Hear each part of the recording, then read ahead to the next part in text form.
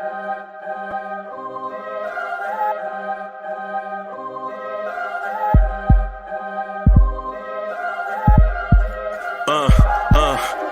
rank where the view is nothing less than phenomenal. For how I express and project from my abdominal. The only view better, both my daddy and my mama know. No living parents, my sons give me balance. My wife is my serenity, this mic is my identity. The world is foul enough, that's why I write without obscenities. Provoking danger with broken language and spoken anguish. Begging to get hurt, why would you ask to go through changes? Yes, Lord, life's a chessboard, master the angles. Control the tempo, be the one who holds the info. Acknowledge is just as deadly as machete swings. When spoken, the truth is as potent as that Medellin. While others swear the style is free, I just let it ring. Our time is undervalued, soldiers make us better kings. My family's on my shoulder, reaching after better things. Today I take the shot, for them I'd rather set the screen. My mama told me follow my dreams. My daddy told me get it by any means. Stand tall, make a bow to a king. But I've evolved, you can see the result. Look in my eyes when you speaking to God. Life and for those who we caught up in using what I was scarred with the muse. I guess they call it proving I'm more than an artist. Penciling out my darkest while stenciling out a harvest. And storing what gets me from A to B just like garages. Instrumental with collages. Envision what I've been drawing. Broadway to give you rhythm like the great Lena Horne. So bent on, found comfort in the storm. Find peace and on when you see them others perform. Organized chaos, I'll cast it like hey ya.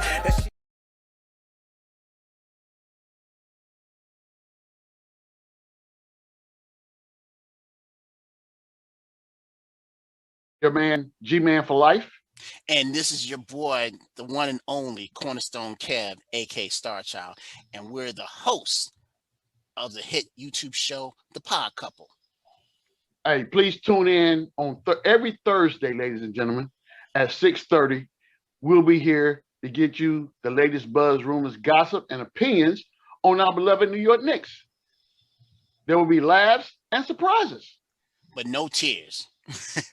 So be sure to subscribe to the channel, smash the like button, and turn on the notification bell, and share this on social media and spread the word. Again, thank you for tuning in, and we'll see you there. And please say a prayer for us, because I don't know how I can deal with this guy right here. There we go ad lib. See, this is what happens when we ad lib, right? That was pretty good.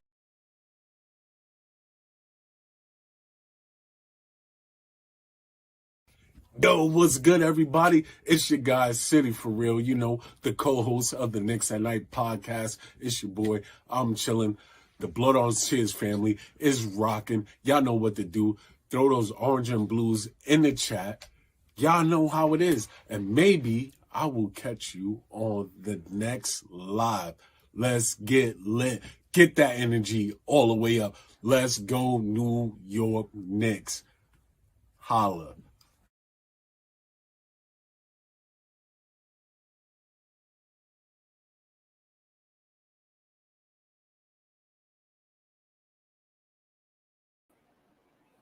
Yo, what's good, party people in the place to be?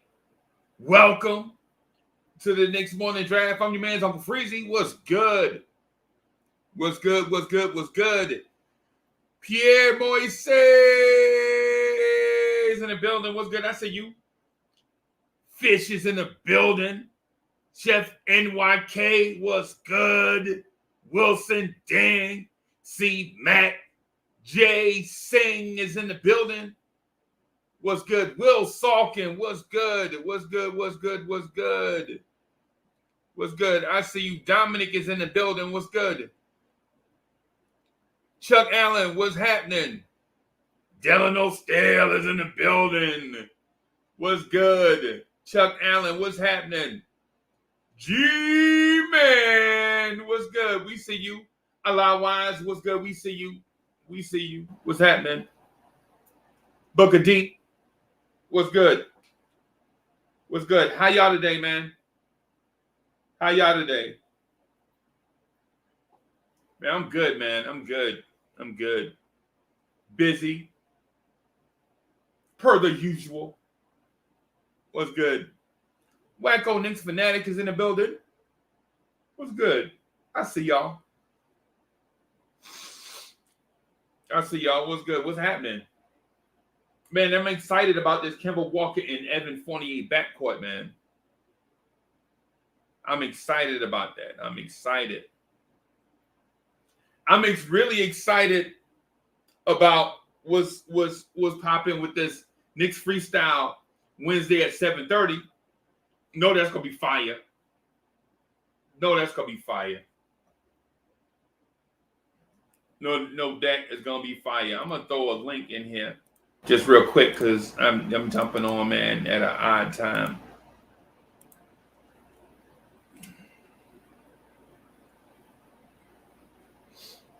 What's good? What's good? Yo, Knicks and Bruises is in the building. What's good? Knicks and Bruises is in the building. What's good? What's good? What's good? I see Tony Crow out here. What's good, man? Knicks and Bruises, man. I like that. I like that. What's good? Yeah, man. Yeah, I like that. I like Knicks and Bruises. I like that concept, man. That concept. You know me, man. I'm like, big on like ideas and free thinkers and people jumping out and doing their own thing, being creative. That's my thing, man. I love it when people are creative and do their own thing. Knicks and Bruises thing, though, I kind of wish it was mine. Dog it, Tony Crow. Good job. Good job, Tony Crow. Hey, Subliminal 209, what's good? Julian Blum is in the building. What's good? Quiet Money is in the building. Booker D, what's happening? I see y'all out here. Bro, I think I like this Kemba Walker, Evan Fournier backcourt. Right? I think I like the backcourt. Excuse that. I think I like that backcourt, man.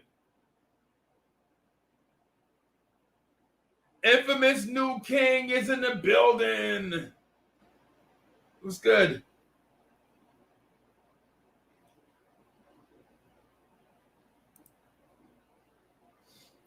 DSJ says, let's hope Evan Fournier honors his post and chooses to jump on more than a couple Knicks podcast. Bim. Yeah, man.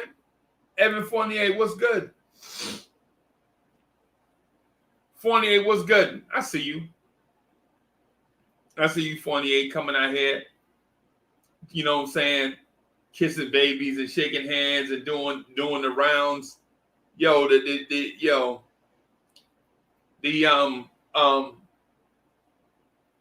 some of the stuff that he said was dope in the press conference. And then others was like, I was like a little bit like, man, is he just saying that because it's New York? You know what I'm saying? So I guess it is what it is. We shall see. But I like it though, from what I just saw. Let me share this on social media too. I don't know what I was thinking. Let me share this on social media. Where's my video at? Where's Uncle Freezy at?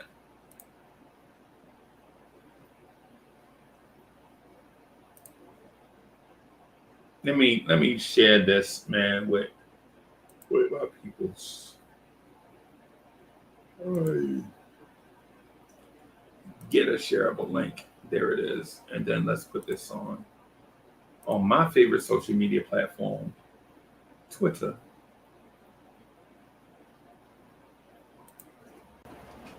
Let's see who this is. Yo, what's good, boss? What's the dealings, family? Man, you looking young and spry this morning. It's a beautiful day in Knicks universe. It's a beautiful day in Knicks universe. That's for sure. That is for sure. Keep an old Negro young. Yes. Yeah. Oh, look who here. Yes, my man. What's goody? What's good, fellas? Top of the morning to you. Man, I'm excited. I'm excited about this Knicks freestyle. You know what I'm saying? You know, man. Oh, that is tonight, huh?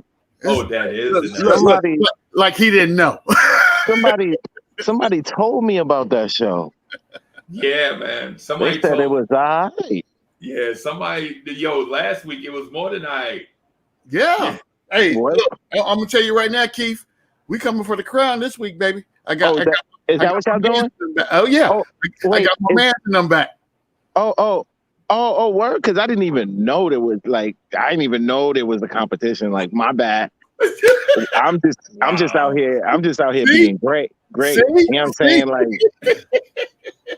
Yo. like now that I know it's a competition, I can really turn it on now. Oh, here we go. Wow. Wow. Yeah, G-Man's my man's though. No doubt. My man's him. You know what I'm saying? What we got good in Knicks universe today to talk about though? Man, so here's the thing. I heard a lot of allusions, not illusions, but a lot of allusions to Kemba Walker and Evan Fournier being the Knicks backcourt going forward. So that automatically made me think, as an RJ stan, that these dudes are moving RJ Barrett to the 3 full time. Yeah, like a lot of us said was going to happen. Right. Yeah. Right. But y'all know me, man. Y'all knew my stance from day one, right? My stance from day one was like, don't move RJ to the 3, man. Just go out and get you a 6'8" small forward that's super athletic that can guard. But if they moving them there, then let's do it. Dude, look, yo, like this. This what up? Diamond Dom, what's goody? Good. Yo, what's good? I got a cool looking Sonic the Hedgehog character OC here. I'm rocking it well. I see that. What's up, G-Man? Long time no see, bro. No doubt. What's good, man? Yeah, nothing much. Yeah, man. We was talking about RJ Barrett playing the 3. Oh, yes. Yeah. I like RJ Barrett. He is awesome. Yeah, man. Yeah, so with Fournier and Kemba Walker, RJ at the 3 full time. I don't know how I like it, but it's something that I have to live with. Well, I really hate, like, cats need to. I feel like cats don't give themselves the time to really see something first before they hate it. Right. You know what I'm saying? Like, hey, Obi can't play the 3. Look at it. You know, he's not mobile enough to play the 3. The defense, but now he's getting minutes at the 3. Yeah. You know what I'm saying? Like cats don't even look at nothing first before they're like, oh, I hate it. Right. Facts. They're like, oh, RJ at the 3, I hate it. But you ain't see it yet. Like, relax, bro. Like,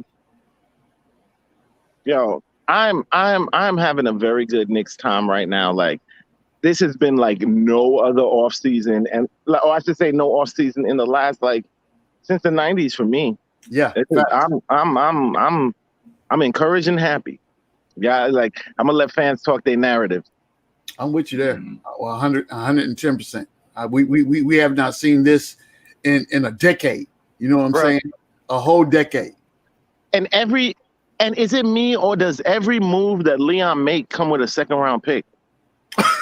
Yeah, it seems like it does. Yo, this dude, like, you can't make a deal with him unless you've given up a 2nd round pick. Like, yo, like, yeah, you know, like, this is cool, it's cool, but like, I'm gonna need a 2nd round pick to get this really going. Right. No kid. Right. Sure. For sure. No, I feel you. I feel you on that, man. But how do y'all think the Kemba, Evan, Randall, RJ situation is going to go, though? What are y'all thoughts on it? Like, how do y'all think it's going to go? I think that exactly what Freezy said is going to come to par. You got Kemba and Fournier in the backcourt. RJ's at the 3, Randall's at the 4, Mitchell's at the 5. That's what I see going on, because you got to remember, you know, Kemba and Fournier got chemistry already. Mm-hmm. So, you know, that's well. To be fair, though, it was only a handful of games, though. Yeah, true that. True that.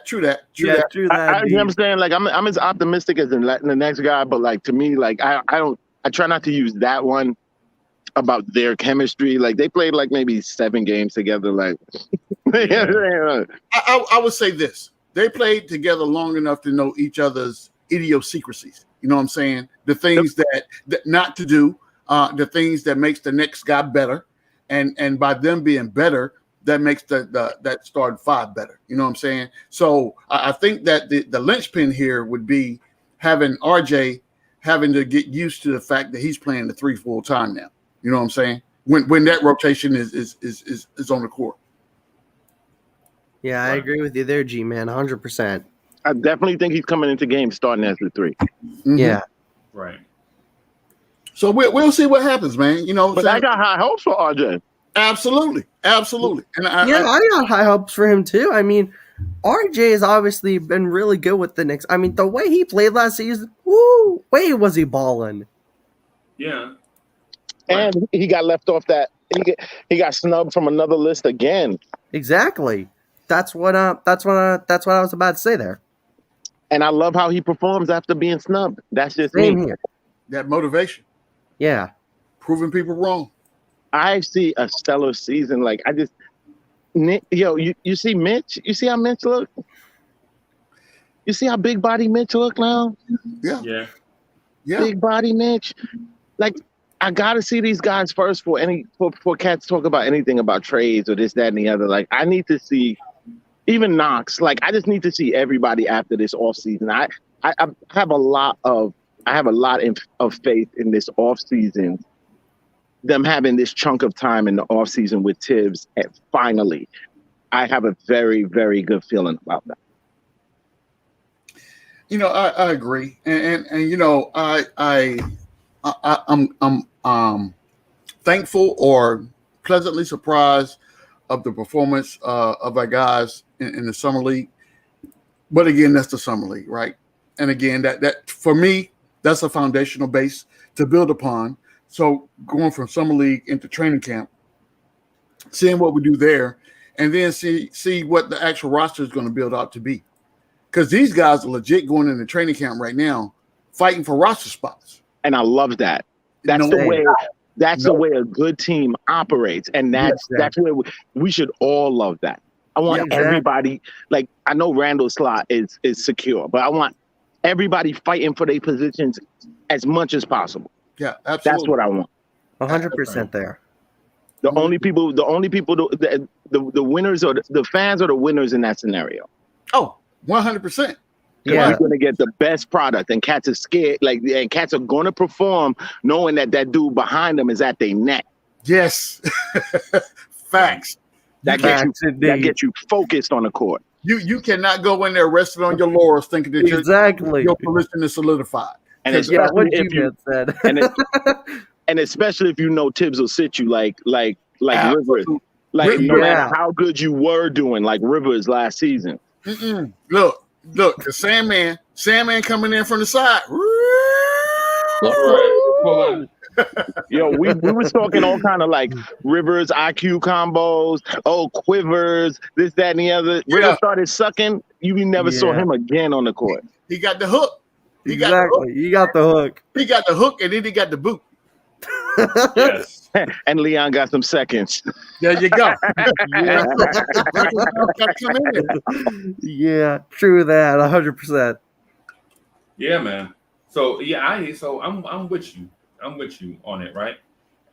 My biggest takeaway from RJ at the 3, though, is that I think they're putting him in a position where he can use his strength and quickness against small forwards in today's NBA, where small forwards are not as big and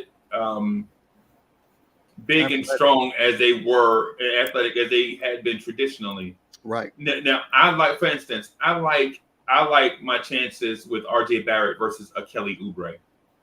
See, because back in the day, a small forward would not have been a Kelly Oubre type. It'd have been a Chris Morris type, a man. Right. You know what I'm saying? You know what I'm saying? You know, back in the day, you talking about would you prefer RJ Barrett versus, say, a James Worthy? No. You know what I'm saying? You know R.J. Barrett versus a Scottie Pippen. No. But in today's game, with teams go smaller and quicker, I think I kind of like it. Yeah, I like it. And that Ubre example you just gave up. I think that's even like I love RJ versus Ubre. Ubre can't shoot, so that means RJ really only have to make sure that he's keep him out the paint. that's it. Right. And I didn't mean to call James Worthy a small forward. What I'm saying is I'm talking about the player types. Now, I let you get to that correction yourself. That was good. Yeah. So, but you know what I mean. And James Worthy was a combo forward because they had lineups of Magic Johnson, Byron the Frenchman Scott, James Worthy, AC Green, and Kareem Abdul-Jabbar. So pick whichever forward that you like and dislike in that scenario. But my point is conventional small forwards don't scare me as much as the new hybrid type small forwards. Right. The new hybrid types kind of scared. Don't scare me. What's the word I'm looking for? Cause you to have concerns. Yeah. I'm with you there. I mean, I think right now, in this period of the NBA, I don't want to call it transformational, but we are definitely at a transition from what we grew up with looking at the NBA and what we believe these positions to be and what they're supposed to be doing and what their production is supposed to be. So 100% agree. As a big at the 5, I'm used to the point guard bringing it down, and the whole object of the game is get the ball down to the big so the big can make a high percentage field goal shot, right? But we have moved so far away from that. It's even funny when you see guys coming down court on a fast break freezing, and they stop at the 3-point line. Dudes run to the corners. Yes. Yeah, dudes running to the corners instead of running to the basket. Yeah. What in the world is really going on right now? But hey, that it is what it is. And the only person, there's one person in the NBA we have to blame for that, and that's Steph Curry. Everybody wants to be Steph right now. Right. So whatever your game is, whatever you thought your game was going to be, salute, my guy. Salute. What's going on? What's good, man? Ain't what's up, boss? Freezy, do me a favor. Send me the link to text me the link so I could jump on my computer. I got you. Salute. I got you, boss. But these guys come down court on a fast break and stop at the 3-point line and shoot a 3. Whereas in the past, you're looking for that guy that's breaking to the basket to either get a layup or a dunk. Yeah. Where did those days go? You know what I'm saying? I'll be losing my mind when I'm watching the TV. I'm like, why are you stopping at the 3-point line? Keep going. Expect a 3-on-1 break and you stopping at the 3-point line? Stop playing. Right. Stop playing. It takes some getting used to. As my daughter tells me, you have to be able to evolve, not become a dinosaur, right. and see what's going on and figure out how you fit into the scheme of what's relevant today, right? Yep. If you don't remain relevant, you become a dinosaur for real. So we have to evolve, and it's taking me a little bit to get my headspace right. But I'm telling you right now, bro, when I see somebody stop at the 3 on a fast break, I'm like, oh my God, what are we doing? Bro, I ain't even gonna lie to you, man. I ain't even gonna lie to you. So today's NBA is a lot different than what we used to watch. Yep. Right. And at the same time, it's because today's athletes are different than athletes back then. Yep. And it's not that today's athletes are genetically superior.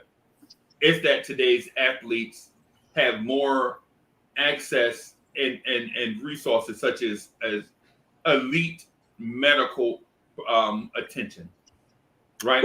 Like kids, like 15-year-old high school pitchers can get Tommy John surgery. They come out there on 75 they get Tommy John surgery, they throw in 88-90 at 15 years old. Dude, Right? catchers coming back from injuries that would have ended dudes' careers in the 90s. Right. Absolutely. Bro, Absolutely. bro, if Gale Sayers had today's technology in terms of surgery, there would be no rush attack. Bro, if Gale Sayers had the medical technology that guys have now, Gale Sayers would have rushed for 2,500 yards every season. Yeah, bro. And we would have seen a lot more of Penny Hardaway. Yes. Penny Hardaway. Oh, bro, Penny Hardaway. Oh my goodness, may have been the GOAT. Well, now I ain't gonna go that far, but at least. But dog, but you think about it, like I look at it like that. Like, if he had the sports science that cats have now, right, he would have had a lot more time. Yeah. Yes. I agree with that 100%. Yes. And him, Grant Hill. Especially Grant Hill. Oh my God. Especially Grant Hill. Yo, he got to be hot right now at what NBA players have access to. Yeah. Right. And to T-Jack's point, Tracy McGrady. Mm-hmm. Yeah. Those three guys could have been in the conversations for top 5 basketball players ever. Absolutely. 100%. I agree 100%. 100%. Right. Penny ain't get injured, you wouldn't have heard nothing about Kobe. Right. Yeah. Yeah. Bro, I'm telling, man, listen. I'm telling you. And so that's the reason, that's one of the things. And another thing that these kids have nowadays that cats back then didn't. Back then, there was no sports science that could tell you what muscles to work on, what exercises to do specifically, and all of that stuff. Back then, if you wanted to jump higher, you just went outside and jumped and jumped and jumped and jumped and jumped until you jumped higher. You know what I'm saying? Or somebody might have showed you like some type of exercise that might help you, or you bought them things. Ankle weights, remember ankle weights? Yeah. Or you might have bought you some ankle weights and walked around with them. Or them shoes, them special, what you call the shoes? That you walk on your toes and strengthen your calves with. Yeah. But nowadays these dudes there are specific exercises and all these things you can do. We didn't know that stuff back then, so that's what I'm saying. So that's why I'm in a way I'm kind of nervous about RJ playing the 3, and at the same time I'm not, right? Because I think RJ for Good Morning America, the news show. Yeah. Yeah, man. You know, Free Keith is that guy. He is. While he's sitting there dining on that doggone that rap he got, which making me hungry, by the way. You know what I'm saying? I want to go get me a wrap right now. Yeah, man. I'm trying to be, man, listen, I'm trying to get back healthy and all of that stuff. Man, bro. Hey, Greenhouse, what's good? City for Real is in the building. In the building. Salute, my guy. What's good? Black Andy, what's happening? I see you. No problem. I see you. Hey, yo, real quick, before we get into anything else, I just want to say this, thank everybody for coming out. You know what I'm saying? You could have been anywhere in the world, but you're here with us this morning. You know what I'm saying? On the morning drive. I want you to beat that like button up like it ain't nobody's business. And then like and subscribe to the channel if you like what we got going on right now. And hit that notification bell. So every once in a blue moon, right? We all know Freezy is unpredictable. We know this, right? If you know Freezy, you know he's unpredictable. So you want to be aware of when he just has that impromptu, just want to jump on and chop it up, right? So definitely hit that notification bell, right? And the most important thing I'm gonna say right now is Thursdays, 6:30 p.m. Eastern Standard Time. I got my man's back. Kev is back in the building. He's back off vacation. You know what I'm saying? I'm gonna try to take it easy on him tomorrow. I'm not gonna promise, but I'm gonna try. But tune into the pod couple. And when I sent the shout out to my man Evan Fournier, hey brother, check out the pod couple, see what we about, and then holler at me and let me know when you want to get on. You know what I'm saying? Yeah. Let's do that. This dude pandering for stars. That's what we do, baby. That's how we get down. I let G-Man rock. You know what I'm saying? I didn't want to interrupt his rant. But for real, holla at Knicks freestyle tonight, yo. It's gonna be fire. No doubt. That's all. It's a lot to discuss. No doubt. There's a lot to discuss, definitely. And so I will be in the building. Hey, you talk about Freezy, you talk about good names. The pod couple, man. I love it. I love it. Yeah, man. I can't front. That was a good one. That was a good one. Yeah, that was definitely a good naming. Yeah, man. Hey, so and it's all G-Man and Cornerstone Kev, man. That's their baby. You know what I'm saying? They was talking about doing something, and something that had some points in it, and that they can stick. Because during live streams, bro, we can go anywhere in a live stream. In a live stream, you can just go anywhere. You know what I'm saying? So, but those dudes had an idea. Hey, it's Andy. What's good? My man. What up? What's good? Andy? Good to see you, bro. That's international Andy. International Andy. That's right. International Andy. That's right. Use his full title. Yeah, man. He earned it. What was I thinking, man? He earned it. I don't know what I was thinking. He ain't spent 12 years in international school just to be called Andy. Right. Oh my goodness. Hey, so Tony, I got two questions to ask you about, right? So, I know you saw the versus battle with the Locks. I know this, right? At some point, if we have some time in between, I gotta get your opinion on what Jada did to Dipset with the freestyle portion, right? But more importantly than that, I want to ask you. People still have opinions on that? Bro, wow. Listen. I felt, I was embarrassed for Cam and them. Like, did they not know it was a versus tonight? I was shocked that Cam is. Hey, you were shocked. Cam is trash, bro. Like, people have gotten way too in love with the swag of rap, and not realizing that there's a difference between actual rappers. Like, that whole camp is swag rappers. Like, they're swag rap. If you tell me something like you keep computers puting, I'm turning you off. ASAP. Right. ASAP. Hey. They lost bad, but we can't disrespect or discredit what Cam or Dipset has done. Right. I'm happy for a black man making his money. Yeah, go get that cash. Definitely. But he ain't trash. You know what I mean? Like that performance was trash. Yeah. But Cam Dipset, you know what I mean? You still gotta give them they respect. Unless you talk about that particular event, you know what I mean? Because I'm talking about the particular event, but there's other occasions, but I'm definitely talking about that. That computer Putin thing, like it was funny, you know what I mean? Like, it's a meme. It would have been funny if he wasn't serious. You think he was? It's his rhyme pattern. It's his rhyme pattern that I don't like. Like it seems very kind of like. I'll tell you this: it's dated. It didn't age well. You know what I mean? But at the time, I mean, Cam was on fire.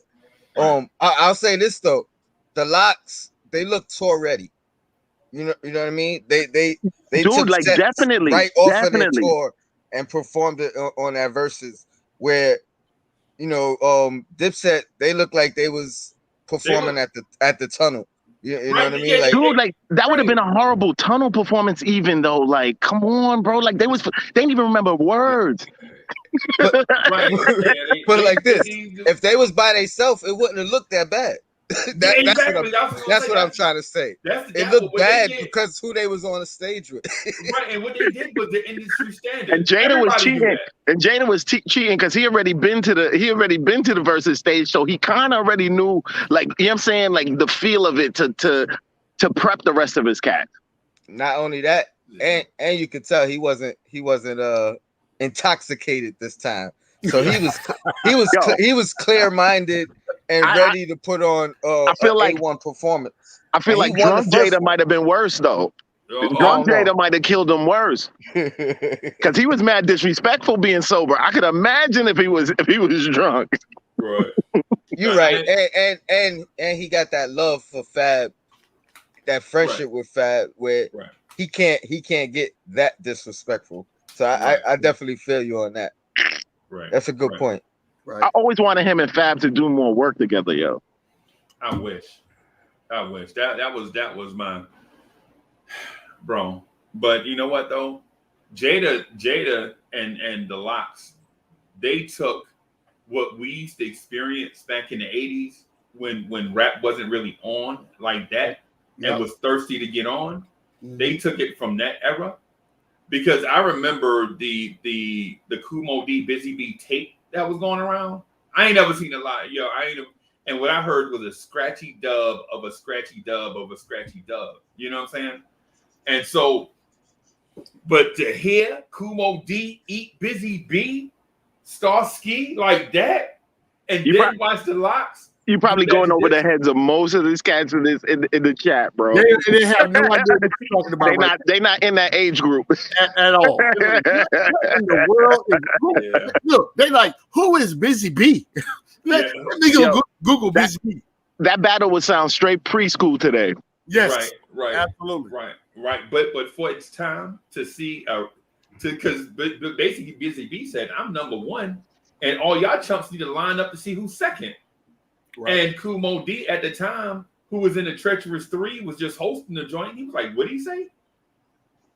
He said, all of us need to line up to see who's going to come in second? That's what he said. That's what he said. And he's like, yo, Busy B, are you talking to me? And Busy B like, yo, I'm talking to everybody. And the rest is history. You know what I'm saying? Sometimes you got to watch, Then it wound up being, Mike Tyson and Buster Douglas. Yeah. You know what I'm saying? Facts. Champ, you coming out here sleeping on somebody, and everybody in this arena ain't really meant to be slept on. Yo, I felt like I lost one of my heroes that day. Yeah. Facts. Yeah. When Facts. Douglas took down Mike, yo. Facts. Yeah, man. That hurt me. Yeah, man. Yeah, man. And then when I looked at Mike, I was like, Mike ain't even in shape. When Mike came out, I was like, yo, Mike ain't even in shape. Mike ain't even focused. There was horrible background to that. Like once he wasn't with Cuss anymore, Cuss D'Amato, it was a wrap for Mike. Oh yeah, that was it. That was his soul. That was a done deal. Hey, I got a question for you guys. And so I'm not trying to change topics, but I do got a Nick question for you guys. Yes, sir. Do you think RJ is ready to take the next step defensively? What's the next step? I think at this point he's gonna have to take on Reggie Bullock's role from last year and guarding the the best perimeter player on the opposing team. So my question is, do you think he's ready for that responsibility? Because me personally, I think if he focuses on that, I think that's where we're gonna have the best growth moving forward. That'll be the glue for the team. Somebody's gonna have to step up and take that role on. And looking at the roster and looking at the projected starting lineups, I think he's probably gonna be the guy thrusted into that role, whether he's ready or not. Of course, you look at the starters. You know RJ's gonna be one of the starters.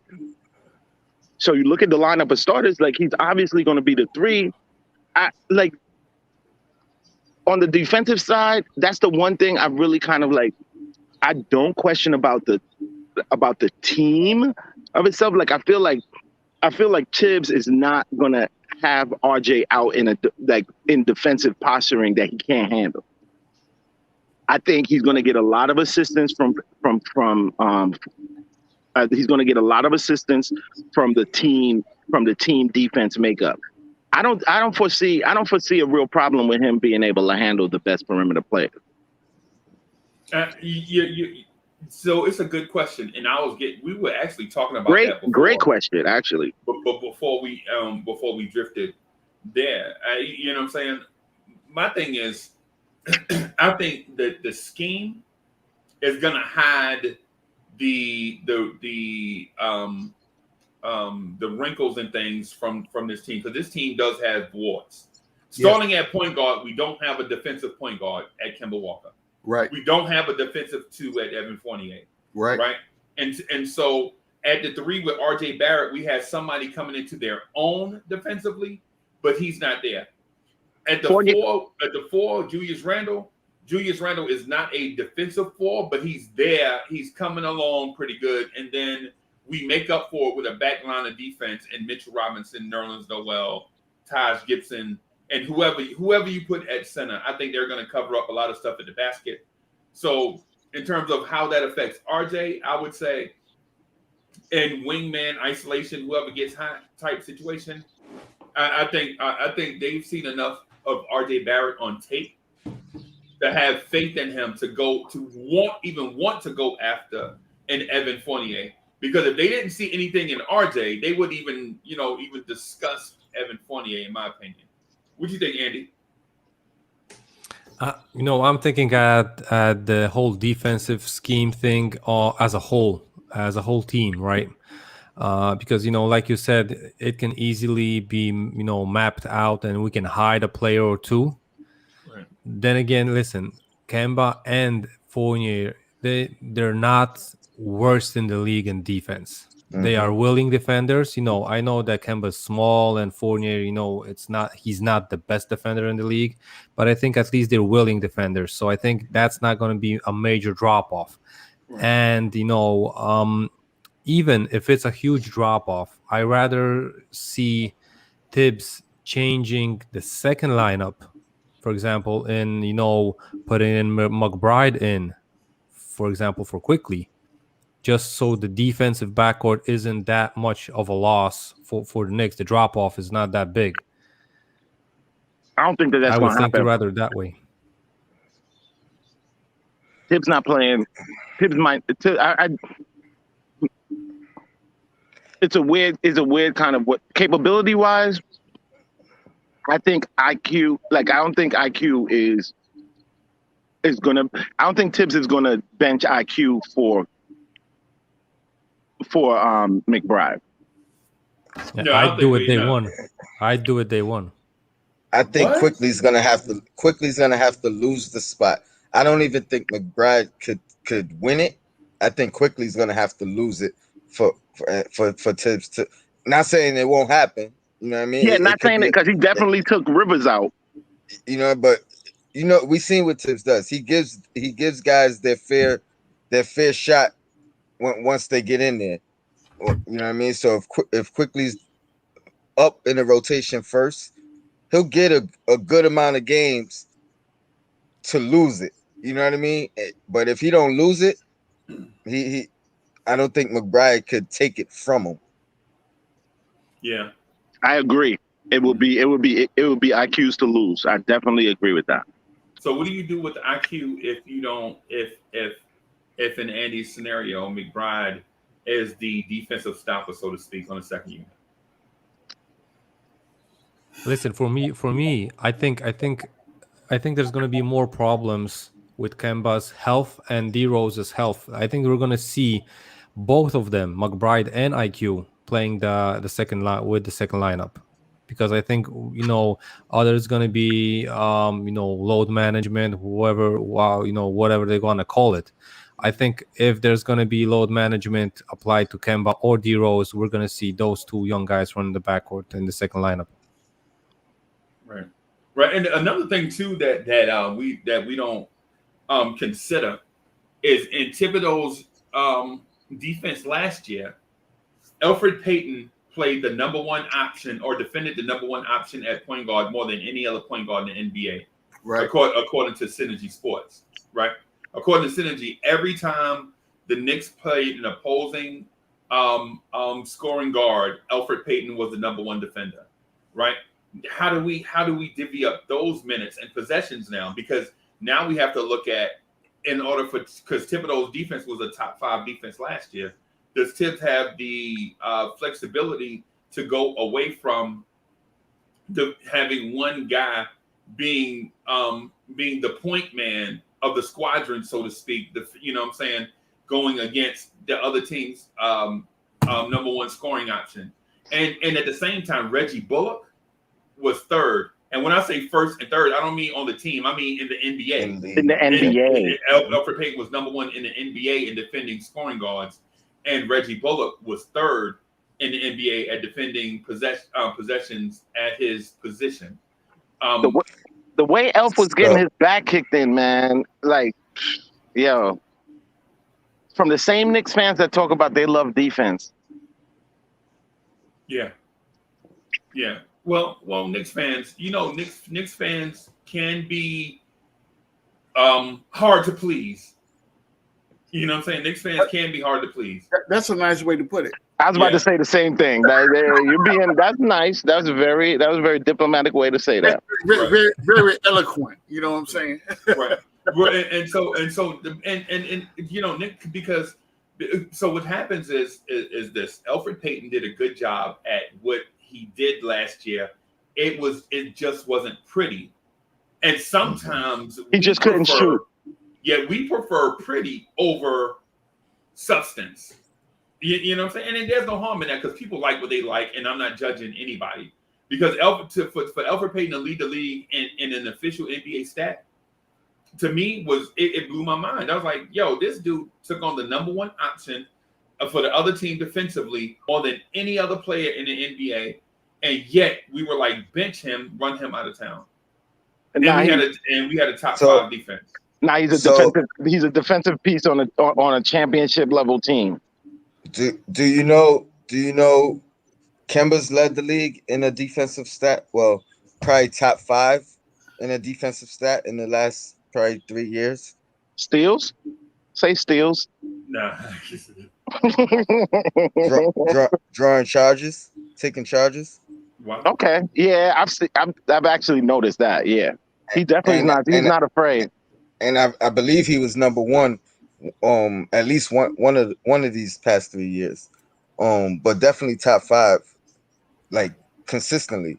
So I mean there's a lot of different aspects of playing defense. Like Andy said, Fournier is a tough defender as well. He's not known for it. Like neither one of these guys are locked down, but today's NBA, you're not really locking down anybody. So right. It's really about effort and IQ defensively. Yep. And I think both those guys have effort and IQ. So the scheme, I wouldn't be too worried about the drop off at that point guard position. As long as you have willingness, as long as you have defensive willingness, I think Tibbs could work it out. And again, that's why I asked the question about RJ, because I'm more concerned with what we're losing from Bullock defensively than I am at the point. Another thing, going back to that point guard position, both Kemba and Rose are gonna attack the opposing guard, which we didn't have in that starting unit last year. You know what I mean? They're gonna get, anywhere from 15, 20, maybe even 30 on any given night. Right. That we wasn't getting that from Elfrid. So, that's gonna put more pressure on the opposing team's point guard because they have to defend as well. Use some of that energy on both ends of the court. So I'm not too worried again about the point guard position. defensively, I'm more concerned with that perimeter defense. The Tatums, you know what I mean?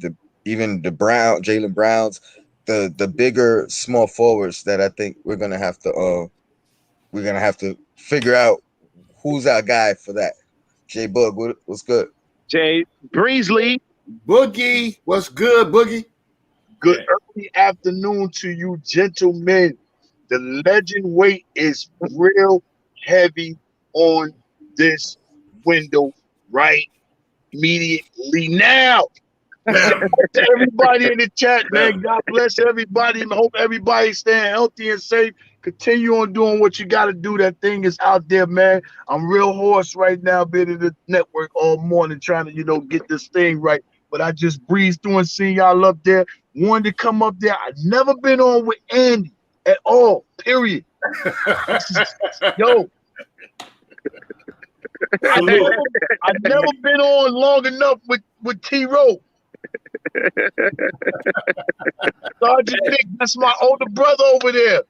Breezy, that's my younger brother over there. And that's my bondsman up there. If we ever need bonding, he got the bail money right here. Go get my guy and get his stuff. That's right, man. Hey, you get busy. I got you. Yeah, man. I just wanted to say hello, man. How y'all doing, man? I don't want to talk about nothing. I just wanted to get honors where honors is, you know what I'm saying, available at. Y'all guys, y'all deserve that, man. Salute to y'all mighty kings, man. I don't hold nobody up, man. I don't want to be in the way, man. Just let y'all know I've been listening to y'all, man. Continue on doing y'all greatness, man. Salute, salute, salute. 3 capital S's, man. Love y'all, man, from the heart, man. For sure. Hey, we love you, brother. Yeah, we love you, brother. One more thing, appreciate everything you do to help my situation out.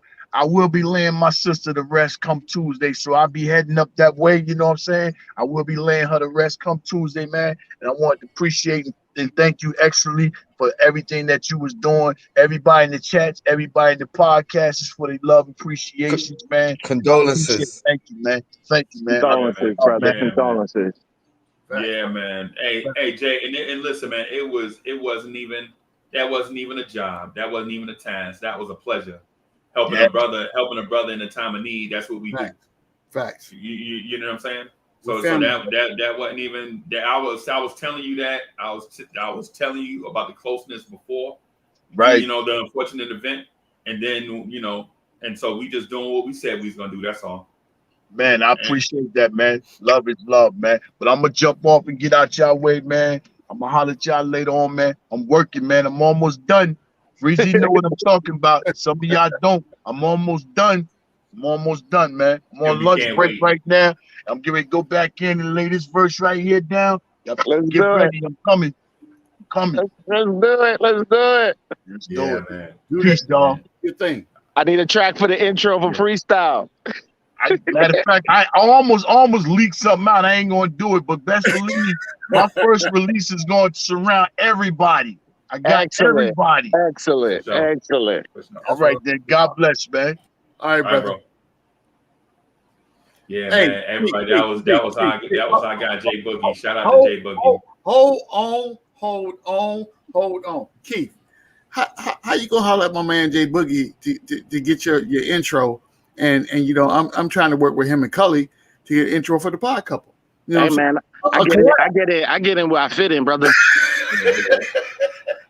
Hey, so I wanted to. Right, I ain't gonna say no for myself. You gotta tell me no. Hey, G-Man. Hey, G-Man. If you could recreate the theme song from the original, you know what I mean? That's just the idea you might want. Look, I've been looking at that. Too. But yeah, man. But look, it's some things on the horizon, and for those of you that don't know, right?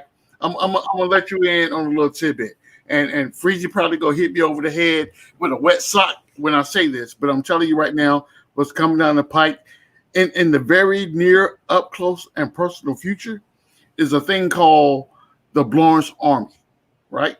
So I'll be hosting that particular segment, and it just gives me a chance to get up close and personal with the chat. Yeah. So for those that's in the chat that feels like they don't get no burn, I'm gonna give you burn, baby. So when you come in the chat, when we talking about the Blorange Army and we talking about participation in the chat, bring your best, because you, not me. I'm just hosting the venue. You are the people that we're talking about. And when we addressing these crazy comments, y'all be in the comment section saying the most greasy thing available. The most greasy thing that come to your mind. Like, absolutely. Grimes is gonna attention to RJ Barrett's minutes. What? But you can't do that after a preseason game, okay? Or a summer league game. All right, I got absolutely. Yeah, I'm in threads. I'm in Knicks threads with cats talking about they mad Randall going to take all of OB shine. See that kind of stuff right there, right? Yep.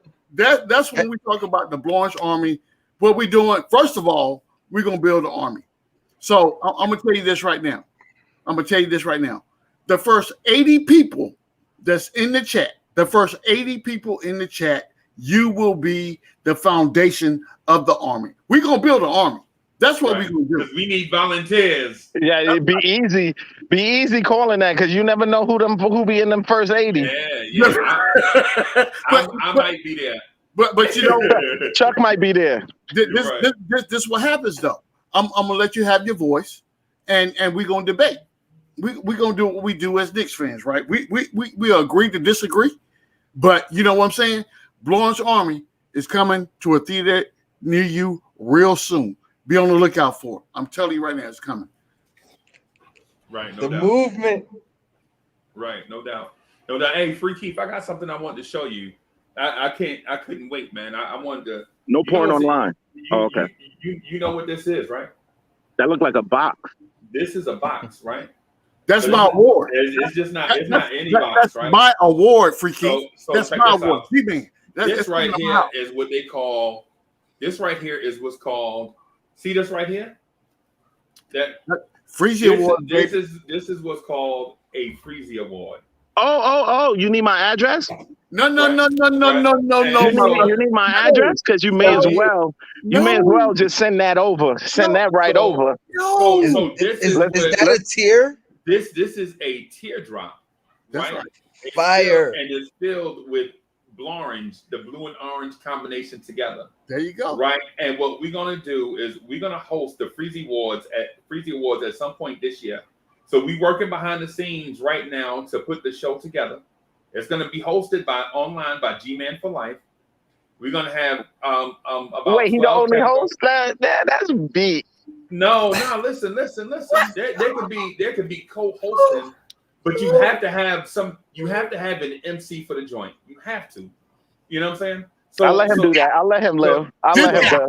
So this right here, this design, this is an actual teardrop with the blue and orange in the center of the tear. You know what I'm saying?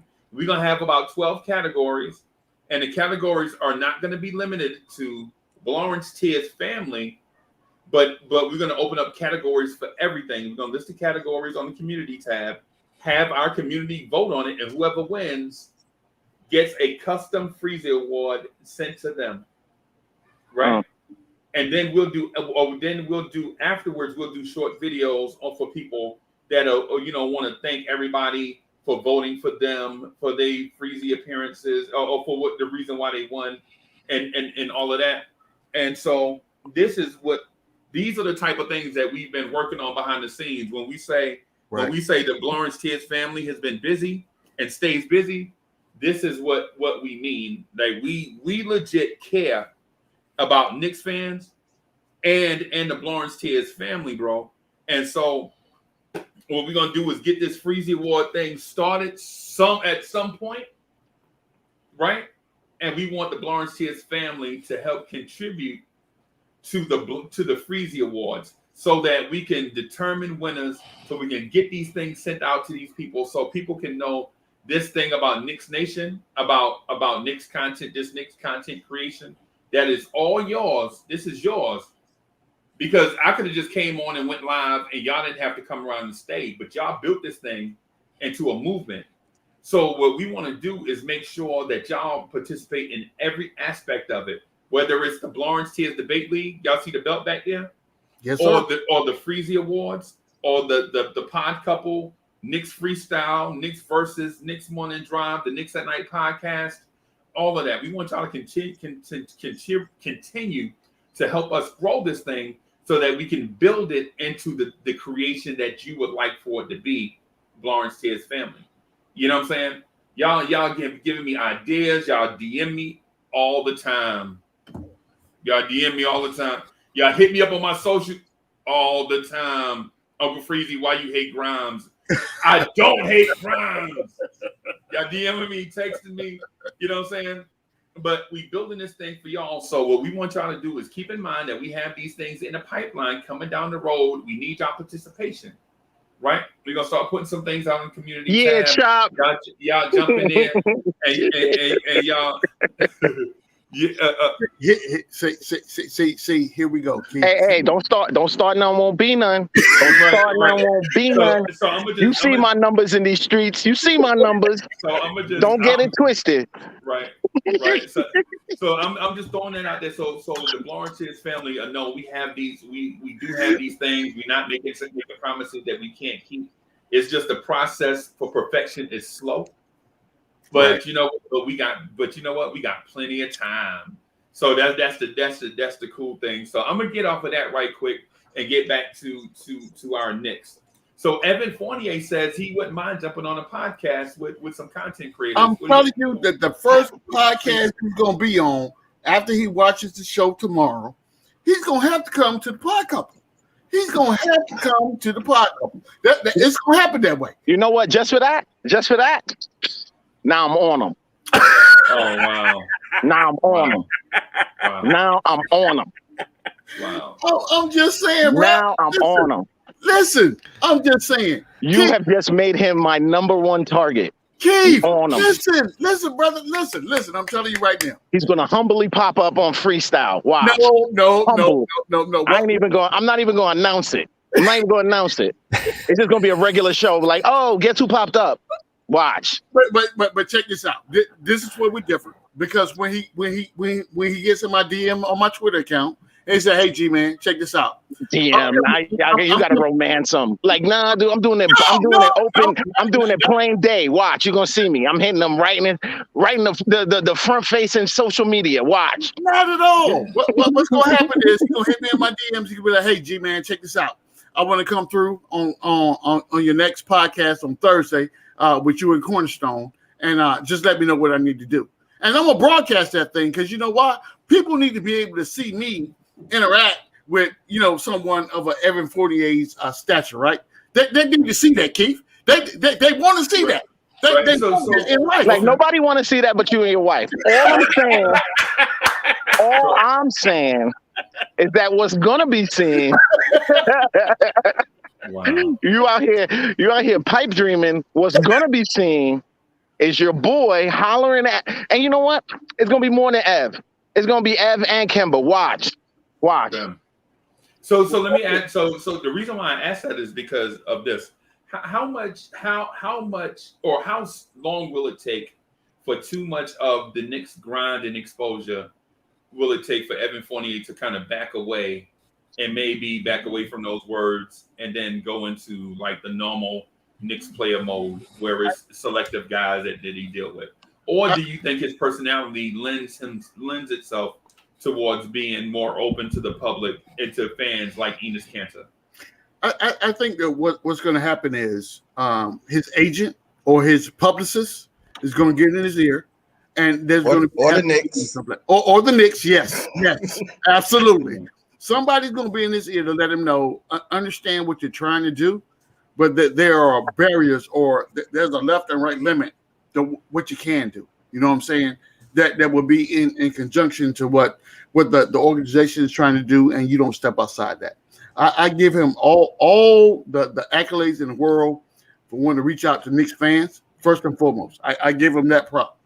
No doubt about it. But it's just a media strategy, and really, like, it won't last. Yeah, I agree. It won't last. Like, just you think about it. Like, like these guys got training schedules. They got I wouldn't expect him to be on a billion different fan podcasts. Like, absolutely. Because you know what? That means you ain't working. And I'd rather you You're not doing. You go ahead and get back in the stew.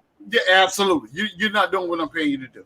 Right. But I think it also goes counter to what Leon Rose has been doing with the organization, because Leon Rose has been buttoned up from day one.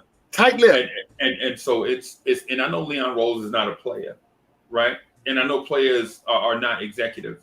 But I think the MO from day one has been, less of this circus around the organization and more let's get to work around the organization. Let's let people see the fruits of our labor, as opposed to them as opposed to us talking about our labor.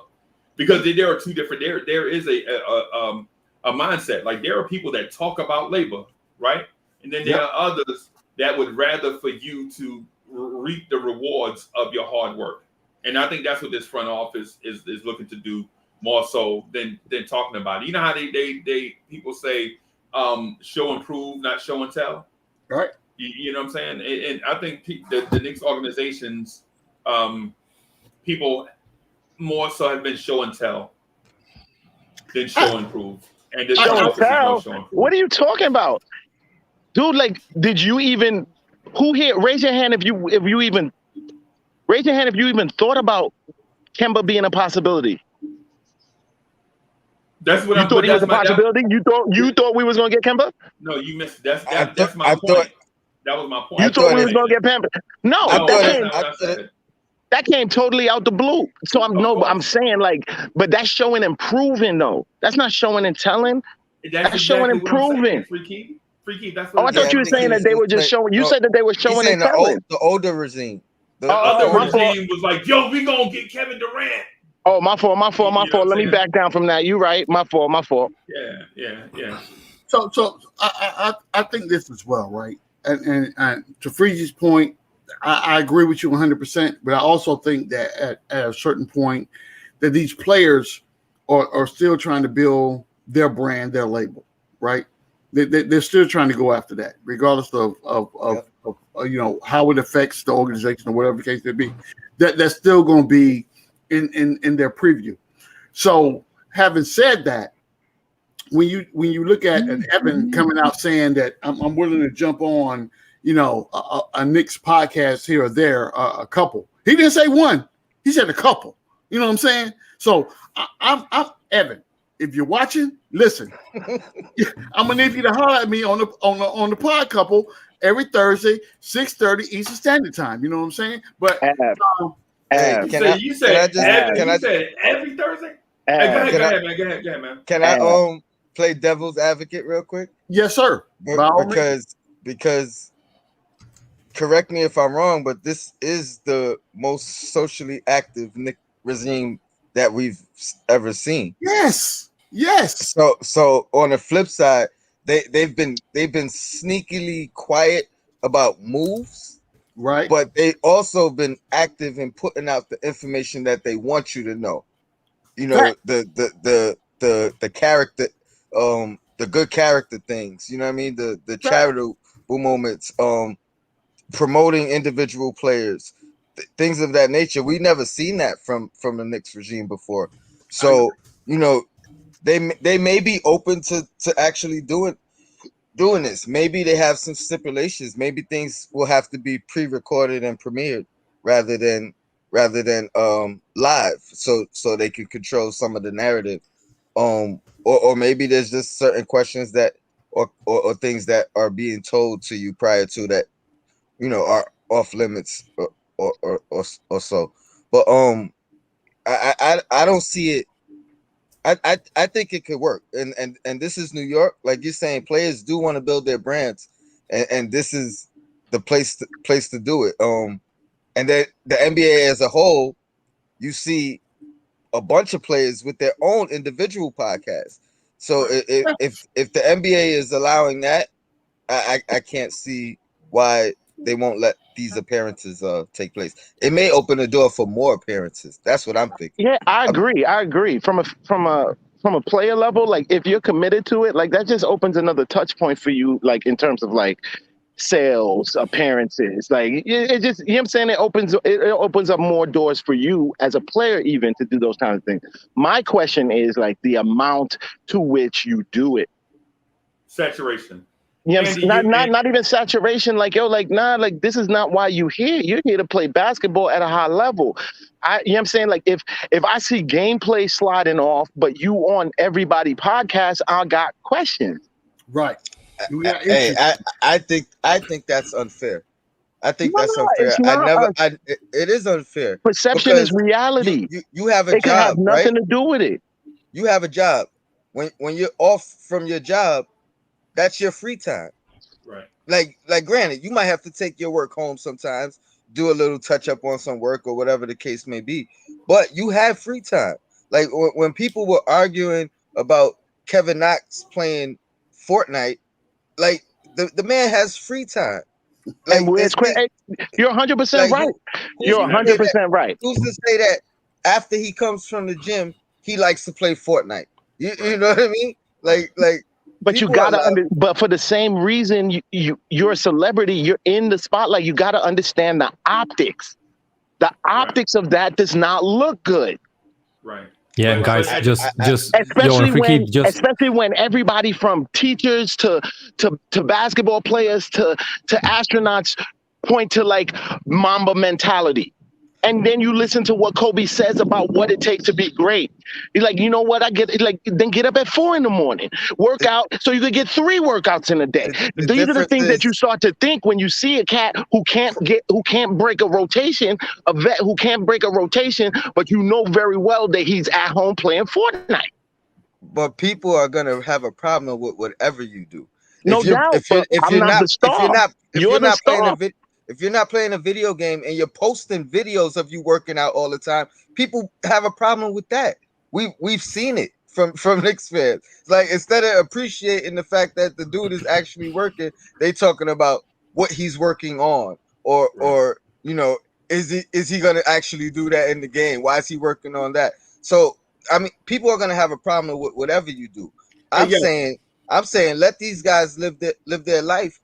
Only judge them by the basketball. You don't got to worry about if a guy's playing a video game or dropping a rap album, or if that's what he does in his free time. I think that's fair, and it's unfair for a fan or media or anybody to say he's not doing his job because he's doing something other than his job. Right. I feel you, and you're 100% right, but at the same time, I don't feel you. Like it's kind of like.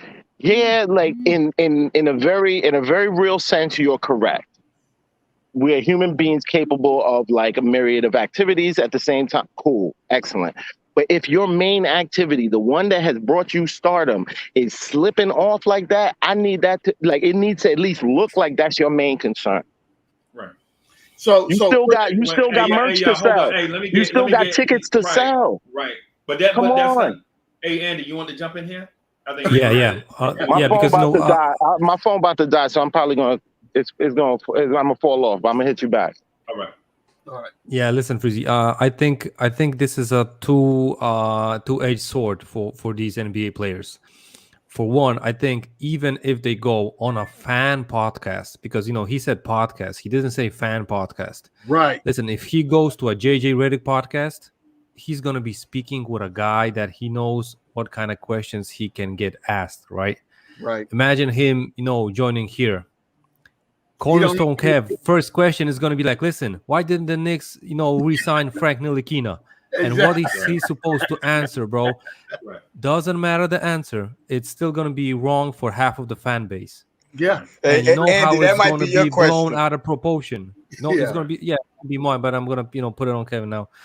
So listen, but and that's going to be the story, and that's a really bad situation. That's a really bad PR move. So I think even if he would get a chance to get on a fan podcast, it would be literally scripted. They would get the questions. Listen, you can't ask about Frank. You can't ask about this and that guy. You can't ask. You just got to think. Even if that one question slips, and they don't get a great answer from Fournier, that's going to be a problem, and that's going to be a stain from day one. That's why I think he might get on a podcast, but with a beat reporter, with a former player, with one of those guys, it's cool. When he goes on, with the fans, there's no host bar, so you know that there are going to be crazy questions, thrown around. So I think right, and so just real quick, I would rather, and this is my thing for Evan Fournier, right? And this is me being real. See, I have a Knicks fan channel, right? So this thing is not about NBA players. My thing is about giving a forum to Knicks fans to have their say. So I would prefer to not have an Evan Fournier if it's the stripped down basic version versus a guy that can come on and be himself, like be a regular guy amongst regular guys and gals. Hey, Freak, you know what I'm saying? So I got to jump off right quick. I got a video call I got to get on. Okay. I'll be back. Okay. All right. Peace. All right. Yeah. And so what my preference would be, because I understand what you're saying, right? Because working behind the scenes and getting people to come on, they say, hey man, listen, I can only do it this time. The Knicks morning drive is on this time. Can you push the Knicks morning drive to 3:00 so I can be on? No, I ain't doing that. I don't care if you did play in the league. You know what I'm saying? I ain't doing that because I do the Knicks morning drive for my Knicks morning drive people, right? You know what I'm saying? You know what I'm saying? And they ask for, well, I can only be on if you pay me such and such amount of money. No, I ain't doing that either. Because this right here, this format is for Knicks fans. I would much rather talk to Andy and Tony Crow and be real with each other, ask each other hard questions and answer them and do the chat versus something being super scripted. Whereas the star, like to what Andy's points, what Andy is saying, these guys have to look out for their potential career earnings. They can't risk, you know what I'm saying, earnings for coming on some random Joe podcast and get asked a weird question like, did you already have an agreement before the free agency period started? You know what I'm saying? Like you signed right away. Freezy, and that's, we're just talking about, like the easy questions. Imagine if one of these questions got spun in kind of, I don't know, racist way or whatever, like Myers Leonard had. Right. He was playing a video game and he said something stupid. He's out of the league now. For good. Yeah. He's out of the league and for listen, good. So Freezy, for me, I think the Knicks, if the Knicks and Fournier want to pull this off, I think they should, and I think it would be cool. They should just let the podcasters record questions. Like, listen, question 1, bang, bang, bang. Question 2, and they just chopped up the video, and Fournier is gonna pop up one night on a live stream, and they're gonna play the question, the video cut up. And then he's going to answer the question. And he can say, like, even like advertise, listen, this is for the Knicks Morning Drive from Freezy and this guy. This is from Knicks Morning Drive and his guest, Andy N, or whatever, right? And that would still be a promotion for both sides. He would hold up to his word and they would promote the fan side. So that would be awesome for both sides. And, of course, they're not going to ask those crazy, questions, right? But I still think that would be the best way for both sides to work, because I don't see, after one bad, run like that, the Knicks would never allow, their player to pop in with fans. So that's a great idea, Andy. Have everyone send their videos in, you know what I mean, with the question. Now they selecting which ones they want to answer anyway, so they don't got to worry about any type of backlash. They're choosing the path. That's a good idea. Yeah, man. Salute. Danny Landis. Salute, in Danny. The building. What's good? Salute. What's up, Uncle Freezy? What's up, fellas? Hey, Peace. Yeah, man. So we got a lot, man. We have a lot of stuff to talk about, bro. It's weird in a way because most NBA teams are in what they call an off season, but Knicks fans, we don't have an off season. Right, our thing is there is a in season and then speculation, and sometimes they overlap. You know what I'm saying? Sometimes they you know what I'm saying, because the Dame Lillard conversation started, maybe at the beginning of last season, and it exists all the way to today. You know what I'm saying? It on different days it gets a different level of interest, but it's always there. You know what I'm saying? The Bradley Beal thing. It's different, levels of interest, but it's always there. It's not the elephant in the room because it's not pending, but it's around. You know what I'm saying? So I want to get back to on the court stuff. How do you guys feel? Because so Tony asked a question, and so sometimes you guys ask questions, and they are so multi-layered that they deserve their own conversation. Like they deserve, like, because the evolution of RJ Barrett, like the next step for RJ Barrett, right? So for some, the evolution for RJ Barrett is scoring 20 points a game, right? In my mind, RJ Barrett developing into a two-way player is the next step. Like a rock solid defender, maybe even at the same efficiencies as this year, but with more responsibility defensively.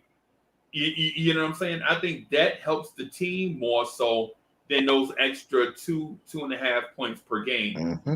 You know what I'm saying? Like RJ Barrett, do we expect RJ Barrett rebounding numbers to go up? Because he rebounded as a rebounder, he was excellent at the 2, right?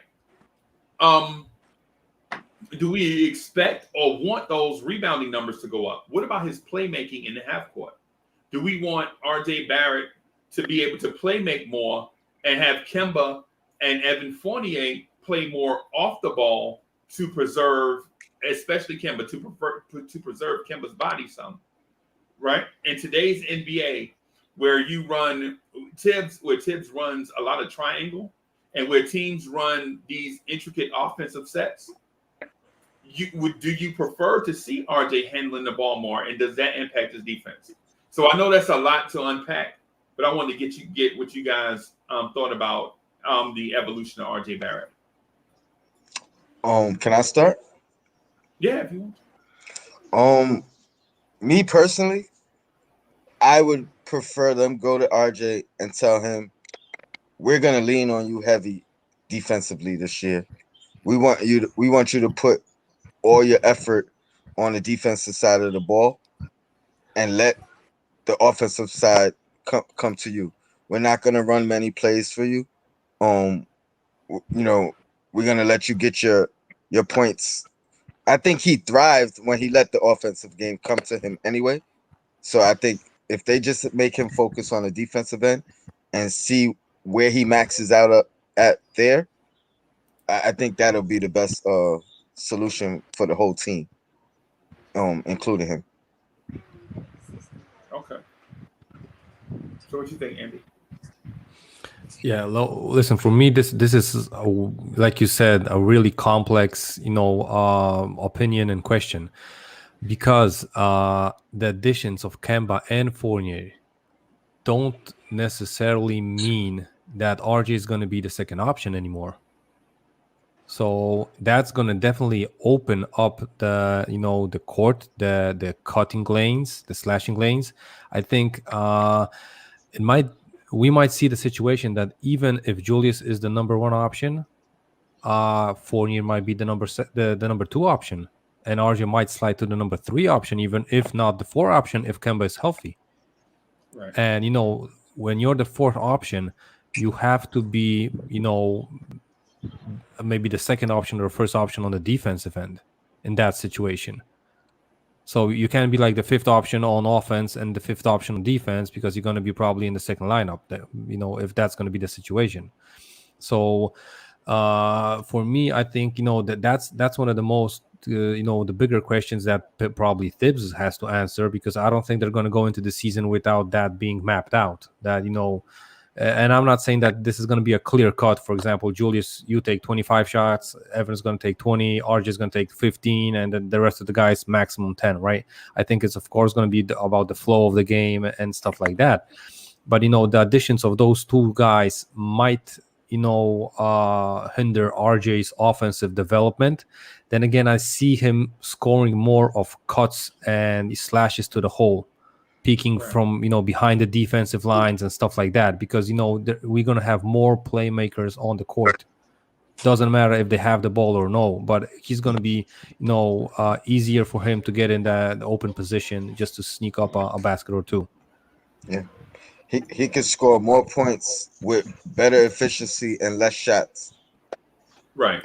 And do you argue that? You know what I mean? Or if his points don't move up, they stay the same, but he got 3 less shots, but he's shooting more efficient. Are you upset with that? Or is that considered a hinder? Because I don't think so. I think the growth defensively is more important because he's been able to get his shots in the flow of the offense, without necessarily being the vocal point, and still end up with like anywhere from 16 to 20 points, and on a random night. Yeah, and we rarely saw that he took it upon himself just to score the basketball. He always tried to make the right play before just to make this play to score the ball. So I think that's really good for him. And like I said, if he's not going to be a second option, I'm going to be cool with it. I rather see more efficiency from him scoring the basketball and working more on defense. Defense, exactly. Okay. More aggressive on defense. His rebounding is great for a 2 guard. Right. What does he average? What is it? 5, 6 rebounds? 6. That's all right. Maybe it might go up to 7. You never know. But it seems like he's getting more aggressive. I think this year is going to be a breakout season for him. I have that feeling. I don't know what you guys think. Okay. I think the ball's going to be in Kemba's hands a lot, though. I would like to see. To be honest with you, I would like to see less of a conventional offense like Tibbs ran. I would like to see less of the triangle, less of the power forward, mid post up, spot up shooter. 2-man game with Julius. Yeah. I would like to see less of that and more of a motion offense that showcases the abilities of elite level athletes. Right. I think that's gonna. Sorry for cutting you off, but I think that's gonna be a totally different thing. Most of the offense, the ball was in Julius' hands, and he played like maybe 40% of the time with the 2-man game with Reggie, right? And the 2-man game with Reggie was only like getting him that that step of a room just to pull up for the 3, right? Meanwhile, if he's going to be playing that 2-man game with Even Fournier, he can drive, he can shoot off a couple of dribbles, he can slash to the hoop and then pass the ball. Listen, there's so much versatility on the offensive end, more compared to what Bullock had, that this game, even the 2-man game, is going to look totally different, and it's going to be way more options just to pass out the ball from that 2-man game to the rest of the crew on the court. But Freezy, I don't know how they're going to Fournier and Barrett going to mesh together. What do you think of that? Do you think they're going to get in each other's way? No. I actually think I think it's the opposite. I think it's like with your steak dinner. You know what I'm saying? Like if you ever been like, you know what I'm saying, and I know you guys have, but just for this example, like when you have a steak dinner and the waiter comes and says, "Hey, Uncle Freezy, listen, the steak is coming out and it's gonna be exactly the way you want it," right? And I'm like, "Oh, I can't wait." But he was like, "You know what would go even better with this? You know what would go even better with this steak dinner? This wine and this side will go better with that steak." And I'm like, "Bro, hey man, listen, I'm here for the steak." And he's like, "Bro, but you know what would set this off?" So we have this red wine from 1986 that from this certain family, and so that our patrons before you said this is a perfect combination, and we want to see what you think about it. And so I'm like, "Well, how much is it?" And he tell me the price, and I'm like, "Good God, that's as much as the steak." Yeah. And he like, "Well, don't think about what you paid for it, Evan Fournier. Don't think about what you paid for it. Think about how it complements what you already have." Right? Right. And so I'm like, but for that 4 years, 78 million, I'm just at the compliment, right? And so when you get it, when you try it, you get the side, you get the wine and the steak dinner. You're like, "Oh my God, now I see what people have been talking about." Because separately, these individual parts are fantastic.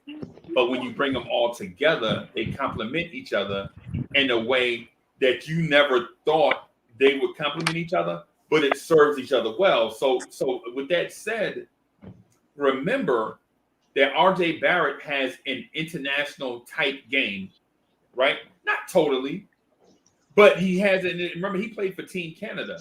That's where and international for us is not you know what I'm saying? It sometimes it's semantics, sometimes it's not. But RJ Barrett's godfather is Steve Nash, and they brought up RJ Barrett in an international mindset to way to play the game. Share the ball more, right? Share this ball, know when to cut, do these type things. It's not ISO ball. And I know people are gonna say, well, RJ Barrett plays ISO ball. But that's when he didn't have complementary players. When you force RJ Barrett to be complementary, I think what you'll see is RJ Barrett may be 18 points, 6 rebounds, and 5 assists, and his defensive numbers may go through the roof. His defensive metrics. That's good. I think he'll be a perfect complement to an Evan Fournier who knows how to find cutters, who's got a decent handle for a guy 6'7", got decent court vision, usually plays on a team that is unselfish to a fault, really. You know what I'm saying? Because my knock on Evan Fournier has not been that he's been unselfish. I mean, or selfish. It's been that he's been too unselfish with some of those Orlando teams when they needed baskets. This dude's passing them, throwing the pass. He's throwing, giving passes to guys that he should have kept the ball and shot. You know what I'm saying? That's my knock on Evan Fournier. Not that he's not assertive, because he's assertive.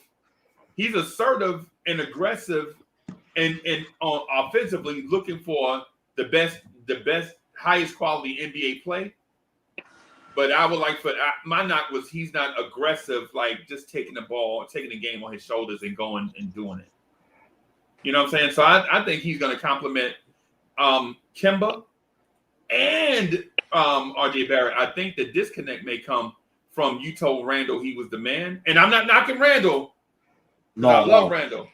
But you told Randall he was the man. Now you want to say, hey, Julius, listen, instead of you doing these post-ups, we're going to let everybody touch it in the half court, and so that we can get a more balanced attack. And when you tell a guy who took who basically ran the ship last year that we don't no longer want you to run the ship, we want you to be a part of the ship, a part of the team that runs the ship. That's okay. I think that is where we may see a disconnect at Julius Randle and not RJ Barrett. I disagree, and I'm only going off the simple fact that Randall needed help. You know what I mean? Yeah. And you know there was times you know he's busting his butt on the court. He's visibly tired. He's taken out, help. and then 2 minutes later he got to come back in, and you can see the frustration. Like, yo, I can't even sit down for 5 minutes straight. So I think in that aspect it'll be welcomed. And then I also think it opens the floor for him now. No, you know, very fewer double teams. Right. You know what I mean? Now, instead of him creating for others, he have a few players that could actually create for him. So he'll get some wide open looks rather than even double teams. You know everything what I mean? contested. And the one thing about Randall this season was every shot was every possession he was smothered. Every possession. I think it could help. I'm hyped up to see Kemba. Did you see the press conference yesterday, Freezy? Yeah. I think his mom was more hyped than anybody. Yeah. His people was more hyped than we in New York, baby. The family was more hyped. You could have gave Mom Dukes a jersey. I think Mom Dukes is going to come off the bench. You know what I'm saying? So man. Even Fournier. How tall is Fournier? Like 6'6", 6'7"? 6'7". He looked kind of big next to Kemba. Yeah, Fournier's like a giant next to him. Dude. Yeah, Fournier's a big dude, man. I like Fournier, man. I love his personality, man. You know what I'm saying? Because to me, I'm gonna say this, and I hope people don't take this the wrong way, but to me, he has the perfect complementary personality. You know what I'm saying? Not that You know how you got your homeboy, like he just basically be your ride partner. You know what I'm saying? Like he always ready. You know what I'm saying? But he ain't never the one. He ain't never the one throwing parties. But he'd always be at the party, helping the party be straight before and helping you clean up after the party. You know what I'm saying? But he don't never throw no parties. But he always like the dude, your man. You know what I'm saying? That's what Fournier. That's the vibe that Fournier. You know what I'm saying? Gives me that he's like the perfect support exactly. Yeah. You know what I'm saying? And there's no harm in that because everybody's not going to be the alpha. You know what I'm saying? Everybody's not going to be the alpha personality. And I think that's one of the reasons why they targeted Fournier, because he has a complementary personality and a complementary game, and all teams need that complementary person for a second or third option on a team. And they put together the right team. They have all the good culture guys there. All the guys. There's no troublemakers on that team. Right. Nothing. No trouble. No poison in the locker room. Right. No doubt. So what do you think about that, Andy? Am I wrong about Fournier? Listen, I think because I saw him play for the French national team for a couple of years now, and he has a specific way that the specific way of leadership. He's a straightforward shooter. He doesn't hold back, and if you do something bad, he's just gonna point it out. Right. I hope it's not gonna bother guys, because I don't think he's gonna do it from day one. But if we're gonna be like 20, 30 games in a season, or an early week start, like we're gonna be like 3-7 or 3-10, I think he might be pointing out to guys like, listen, you don't do it this way, you do it that way. Right. And as far as it's the same thing that Tibbs wants, everybody's going to be cool with it, right? Because Tibbs wants, he's just a guy that's going to double it up on the court, in the locker room, in the practices, right? But if it's something else, for example, Tibbs wants you to run to the corner, and Fournier is running to the wing, and he's like, move out of the corner because I'm going to move there and going to get the ball. That might be teasing these guys in the wrong way. If he's going to be trying to break up the plays that Tibbs draws up, because he's going to be thinking that it's going to be better, but it's not going to be the things that the coach wants, right? So and in Team France, some guys were a little bit maybe ticked off, like slightly, right? Because they have some egos on that France team, and I'm not talking about Frank Gobert and these guys in the NBA, but I don't know if you guys recall a guy like Nando Di Colo. He's a point guard, or Thomas Huerter. Those guys are stars in their teams in Europe, and they didn't appreciate Fournier just pointing out their mistakes. They're like, listen, coach wants us to do this, we're just going to do this. And he was like, no, but you got to move, because I got to have more space to score, or stuff like that. And it might have been something else, but the rest of the team that followed him in that leadership, they were fine with it, and he was the leading scorer, right? So it wasn't this year in Tokyo, but I think it was like 2 years in the last FIBA in 2019. In that tournament, that in the there FIBA were World some. Championship? You mean the FIBA World Championship? Okay. Yeah, exactly. In 2019, there were some speculations and rumors that not every player on that roster was happy with Fournier taking, the leadership, embracing the leadership that much. But like I said, I don't think it's going to be the problem for Knicks, from day one. But if we, God forbid, go for weak start, and when you're winning, and everything's going to be cool, right? If you're going to be getting those L's, and they're going to stack up, and there's going to be panic, and everybody's going to feel they're on a hot seat, some trade rumors, some nagging fans and stuff like that. That might be a situation where someone tries to change and switch up a little bit too much, and that might tickle some guys the wrong way. Exactly. A question. It always happens. Right. Question for you, Andy. A few things. One, does he own up to his own mistakes? have you got any inkling of that? Two, if he's pointing it out, I'm assuming you're talking about in game or in the huddle. In that aspect, it hasn't been like after the game, post game media type situation. I'm asking. And then last question is: was there any inkling of any of that in the NBA? So like in Orlando or in Boston or Denver. or he Yeah, was in Denver. Denver. Denver probably not. He was too young to to say a word, being a European player. But I think in Orlando, he might be the leader that definitely owned them, the bad shots he took and stuff like that. But in the NBA, what's the mantra for shooting guards? You got to shoot out of the slump. And since he, as a young player, was a streaky shooter. We got to remember that when he came to the NBA, he was shooting 24% from three. And look at him now. So he shows improvements, but he's still a streaky shooter. So we're going to have games from him, shooting 6 threes, 7 threes, making, 6 or 7 threes. And, there's going to be one game, he's going to be like 1 for 10. And we're going to have to swallow it. And I hope, that it never comes to that situation that he's 1 for 10, because when he's 1 for 5, he's just gonna feel the game is not in his hands today. He's not hot. He can make a bucket, so he's gonna pass up because we have other options on the scoring end, right? So I hope he's gonna do that. Meanwhile, on the France team, when I said he was the leader, I think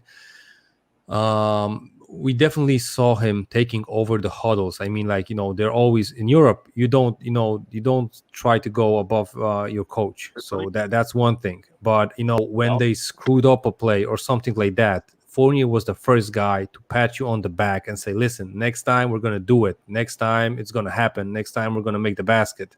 We just didn't make it this time." So he was also that leader that picked you up, and I think that's really important since we have. We still have many young guys on this roster. So I think he's going to be that guy, that vet that these guys going to look up to. And, it's not going to be only D Rose, only Kemba, and only Fournier, only Randall, right? But I think they're going to be the guy. He's going to be one of the top probably 2 or 3 guys that they're going to look up to him. So, I think at this point, till we don't get onto a huge losing streak, I think everything on the chemistry thing is going to be fine. But you can say it on every team. Imagine the Nets, if they started the season like 2-10, Kyrie would be going crazy. James Harden would be calling him stupid because he believes the earth is flat and stuff like that, right? Right. So, and that would unfold if the result is not there. If we're going to be still in the playing spot situation or even the playoffs, top 6 in the East, I think everything's going to be fine and dandy for the Knicks. Yeah. Okay. I believe, man. I believe in the guy, right? I liked him so secretly. I liked him because I play NBA 2K, right? So I loved him playing with him on 2K, right? Because you could do a bunch, you could move to the point. I would do some super spam and put him at the 4, what I'm saying, and do something because he's got offensively, he's got versatility based on video game versus what I saw in Orlando, right? And in real life, I don't believe he took advantage of all of the things in his bag, right? And I think part of that has to do with him being in situations with bad fits, like Aaron Gordon playing small forward was a bad fit for Orlando. I don't think Aaron Gordon's a small forward, right? He always seems to play on a team that was super young, right? Like the teams are always breaking in players. What I'm saying, when Evan Fournier was around, right? And then he went to Boston, got COVID, right, and played. I wasn't even supposed to say that word. I'm sorry, YouTube. Don't shadow ban us, YouTube. But he got the package when he was in Boston and was in an unfortunate situation when he was less than 100% in Boston, right? And Freezy, what we got to remember with Boston, listen, he was at top the third option there.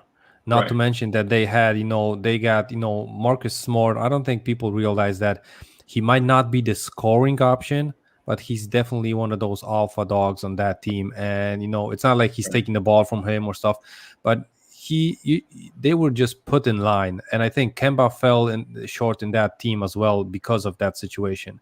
Jaylen Brown and Marcus Smart are, the team leaders, the alphas there.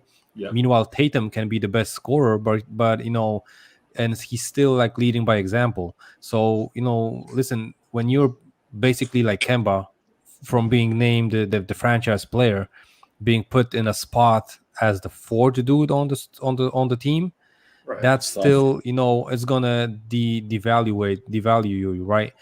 But and that's why I think he didn't pan out there. I think he wanted a bigger you mean role. Fournier or Kemba? Kemba, I think Kemba, Okay. and Kemba had more chances than Fournier there. But so I think Kemba didn't pan out because when he was going there, he was thinking, listen, I might be like the second scorer after Tatum, and that's gonna, I'm gonna be still running the team and stuff like that.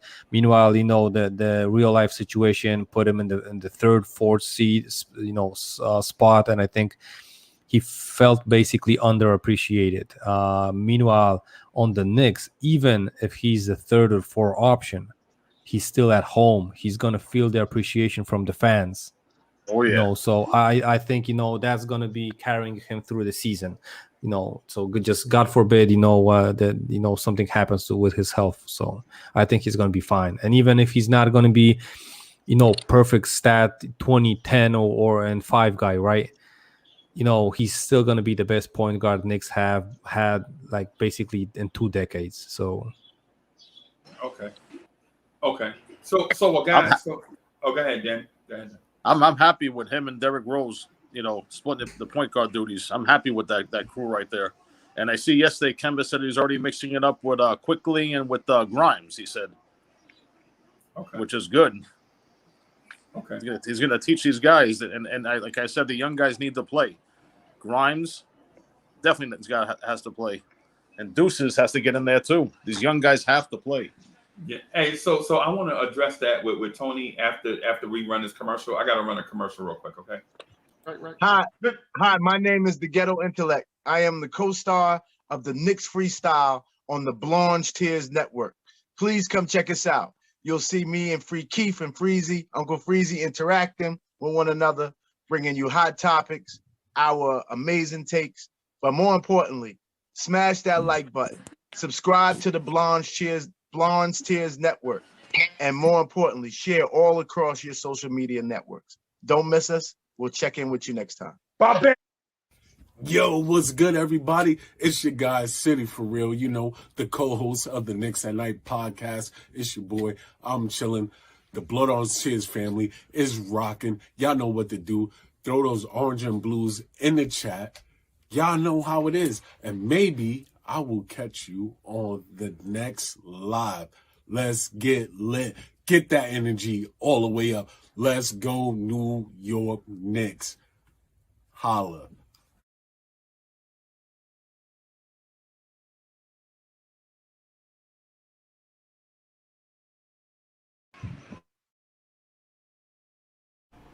Yo, you want to win your fantasy football league or what? You know what I mean? You ain't tired of finishing in 4th place? You ain't tired of dudes coming to you with whack trade offers and whatever, trying to play you? Come on to the Dear Mr. Fantasy Football page, our page on YouTube. We're gonna do position breakdowns and rankings.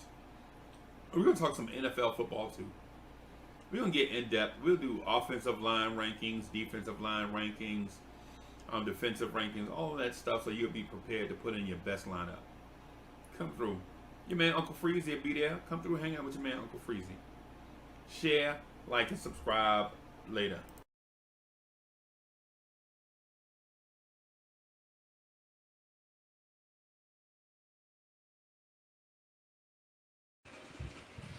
Hey, so Tony, I just wanted to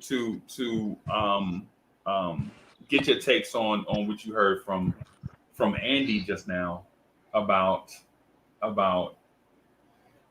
So there's so much to dissect. So this is what I take from that, right? So I think RJ and Evan Fournier are going to be complementary.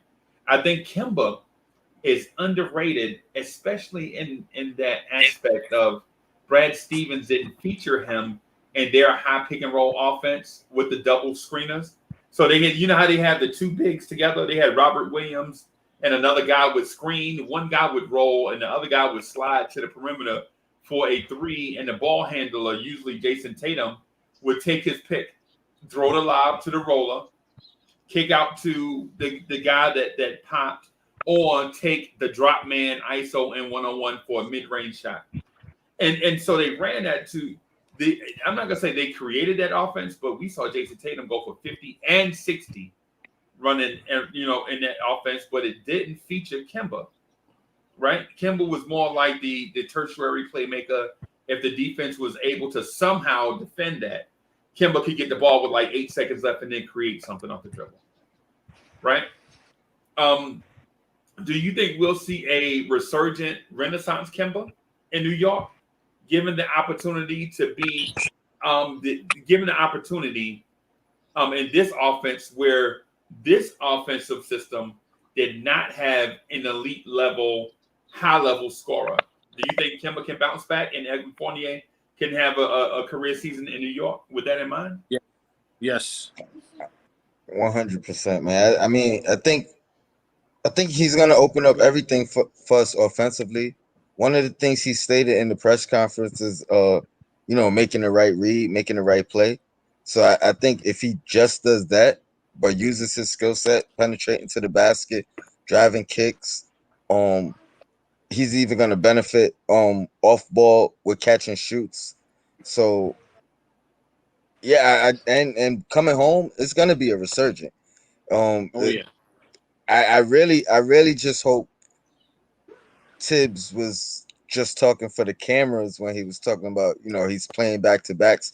Not necessarily saying sit him on back to backs, but I think there should be some type of monitoring of the minutes for both our guys. Minutes restrictions, right? Yeah.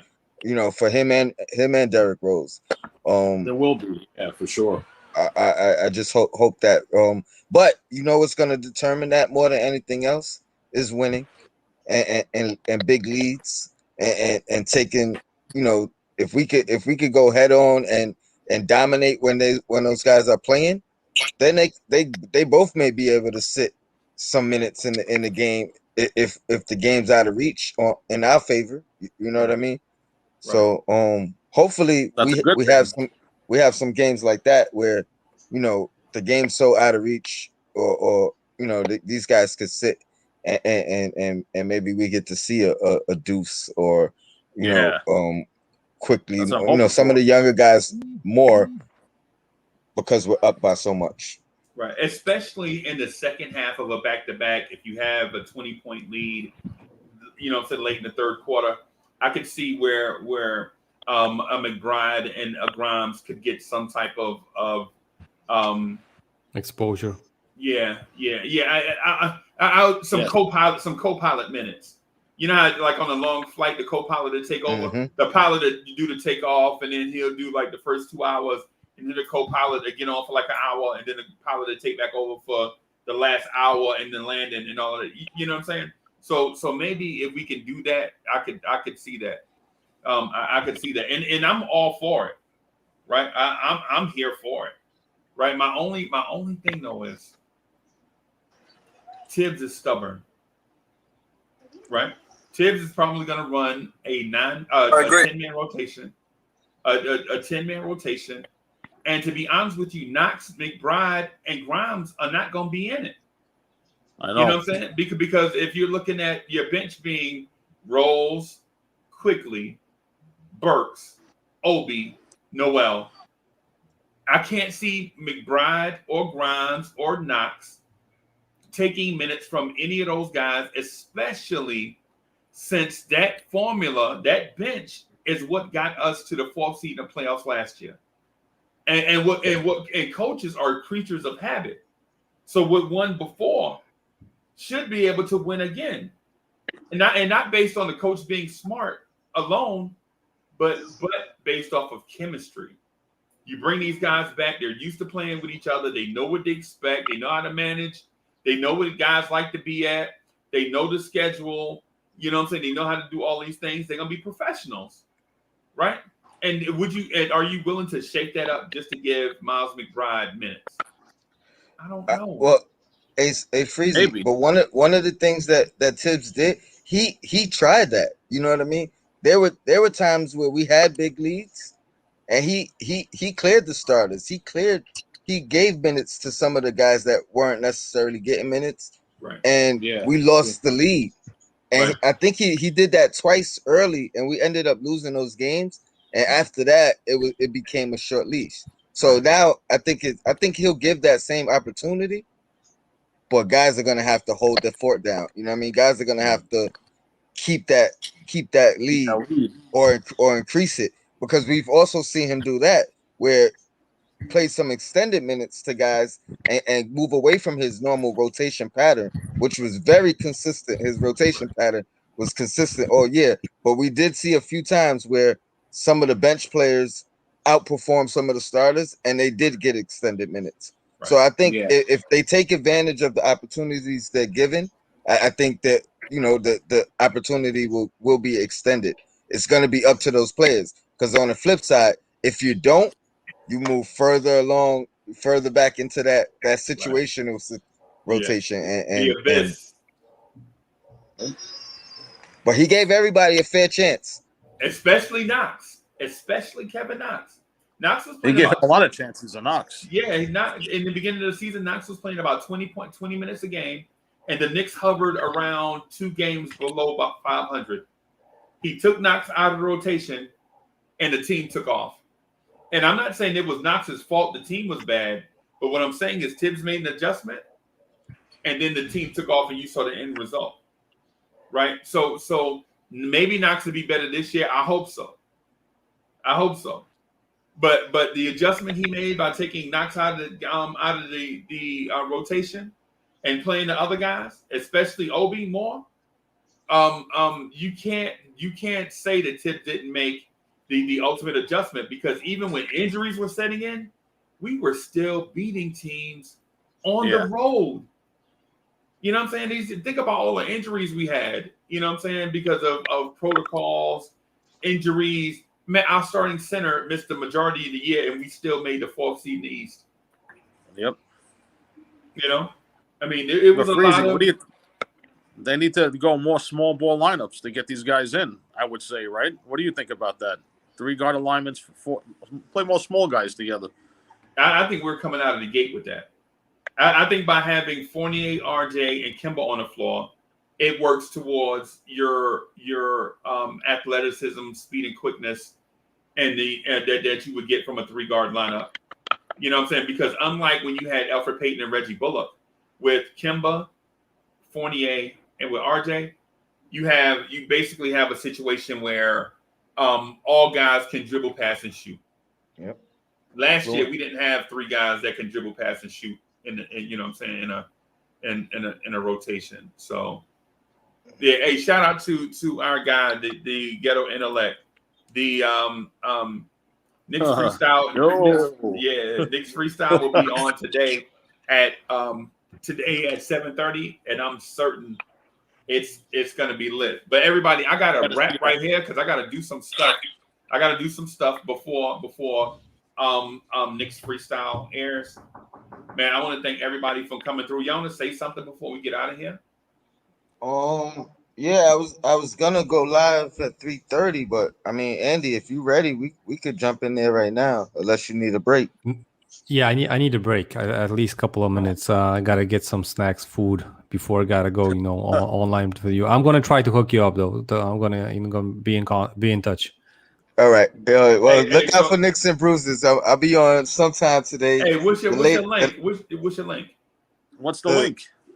For the Zoom? No, not for the Zoom. No, not for the Zoom. I mean for the StreamYard channel. Yeah, because what I want to do is post it. I'm gonna post it in the chat real quick, and then that way they can click on it and go straight over. I got you right now. And then that way I got you right now.